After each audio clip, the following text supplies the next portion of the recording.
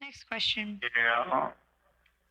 Mm-hmm. Julio wants to know, what message or advice would you give to teens and young adults growing up with no mother or father figure?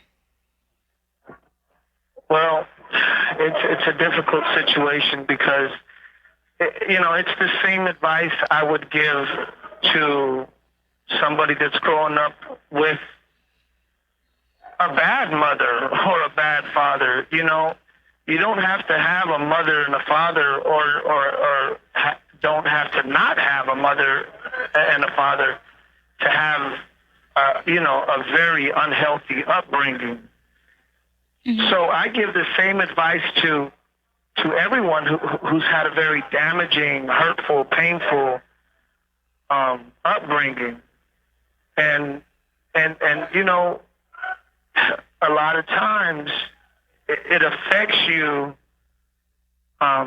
because you're made with certain ingredients. You're made with a lot of pain, and it kind of makes you prone to pain. And it kind of gets your thought process and your thought pattern on a negative, in a negative direction, on a negative path. And it's just because that's what you were made with. That's the path you were put on. And a lot of people say, well, you have free will, and you can choose whatever path you want. You can choose to be positive. That's complete fucking bullshit. When your brain has been trained to think a certain way, when your brain has been made with a lot of anger and pain, man, somebody insults you or offends you, your anger is just going to rise up on you. You're going to be mad as hell. But then you insult and you offend somebody else that was raised in a lot more peace, they ain't going to be mad. Shit, they ain't got no anger in them. They weren't built with that anger. So free will is highly overrated, man. A lot of, the way that we are, the way that we react, the way that we see things, the things that we're attracted to, all the dumb shit that we do, all the good shit that we do, has almost everything to do with the ingredients we were made with. Most psychologists say that between the first 5 years of life, a person is made. See, there's a difference between learning and being made. After you're 5 years old, most psychologists say 5. The other percentage say 6. So it's between 5 and 6 years.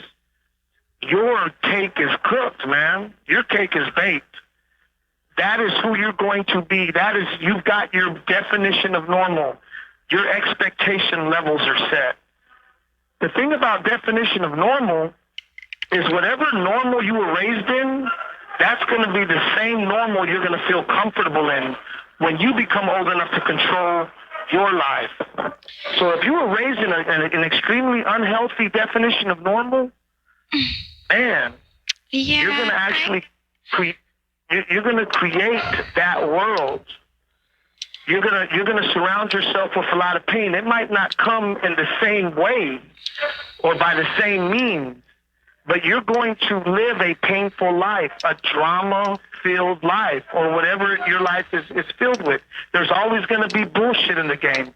You're always going to be yelling or fighting or whatever because your brain has been trained to expect that. And some people may disagree, but I promise you, when your expectation levels are set and you expect a certain thing out of life, and it's something bad, whatever you expect, you're going to get. And it's just a very powerful force. So the same advice that I would tell anybody who's had a tough life, whether they've had a bad mom or no mom, I would say this. The way that you are is not your fault, but it is your problem. And you have to be smart enough to know whether your feelings, whether your ways, the way that you are, you have to be smart enough to know whether they're right or wrong. And then you have to fight to choose the right ways. You have to fight to think the right way, to think positive, to expect the best. Because whatever you expect out of life, you're gonna get. You'll actually create it.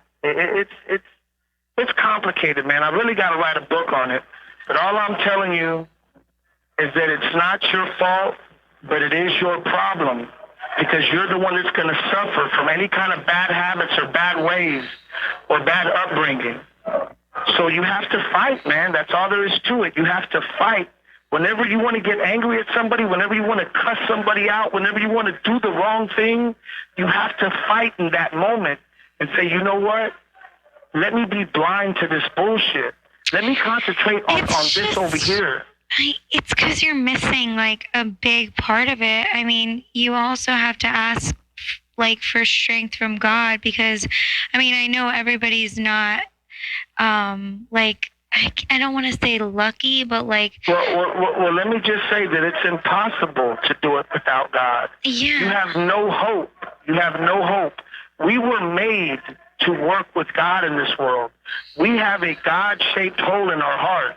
If you don't have God in your heart, you're like a toy with no batteries. Mm-hmm. You're not going to operate the way you should operate. Yeah. So not only do you need God, but it's impossible for you to defeat all the hate of this world without God in your heart, because God is love. You understand? And the only thing that can put out the fire of hate is the water of love.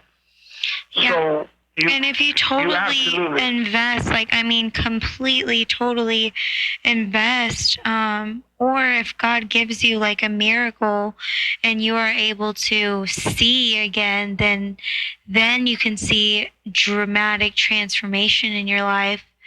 But for most people, they're not fortunate enough to have a big, huge, life-changing miracle in their life, so they have to work every day on their relationship with Jesus. I've never met, in all my years on this planet, I've never met anybody that's made an overnight transformation. But I've met people that have started fighting, that have chose to say, you know what, I need to team up with God and I need to fight. And I can tell you right now, just so that you know what you have to do, you have to build the traits that are going to make you rich. Because what makes you rich is a beautiful life. But the only way you can have a beautiful life is to be a beautiful person. And what makes a person beautiful? Well, I can just name a few things. You got to have a lot of patience. You got to have a lot of forgiveness.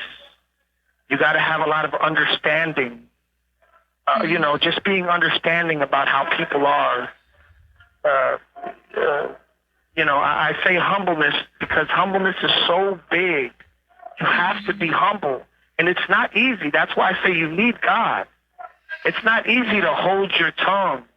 It's not easy to avoid arguing, because we're so used to that lifestyle, we're so prone to it, we're such magnets to it. It's very hard to say, you know what, I'm not going to get into it with that person. I'm not going to fall into that trap. That's where the fight is. Mm-hmm. And patience,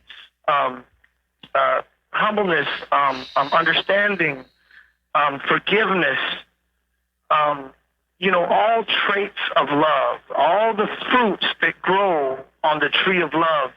Those are the things that you need to have that are going to make you rich. Mm-hmm. Because I can tell you that the most valuable treasures on this planet are beautiful relationships. The more beautiful relationships you have, the more beautiful relationships that surround you, the richer of a person you're going to be. But only beautiful people can build beautiful relationships. So that's what you have to do. You have to fight to beautify yourself. I have a song that says, take a look inside and find out what they did. In other words, take a deep look into yourself and find out what your upbringing did. Mm-hmm. But it's not only upbringing, it's also a combination of physiological things too. Sometimes Some of us just aren't creative enough. We don't have the resilience to be able to get out of, situations, to be able to win through situations. So it makes us even more aggravated and more angry. And so it's not, it's a combination of physiological and man-made. Mm-hmm. But you just have to fight, man. And I'm telling you, you're worth the fight. Your life is worth the fight. Yeah, definitely need to write a book for sure. Just to get it all out so people can actually read it and no doubt see it in concrete and actually understand it. No diggity. No diggity. Do they still say no diggity, babe, or is that back when I was free? No, they don't say that. No, that's probably so old you probably don't even remember. That was way back. Yeah, I've never. I like the way you worked it. No diggity. Yeah, that's the only time I've ever heard anybody say that is on that song. So yeah. I won't say that again.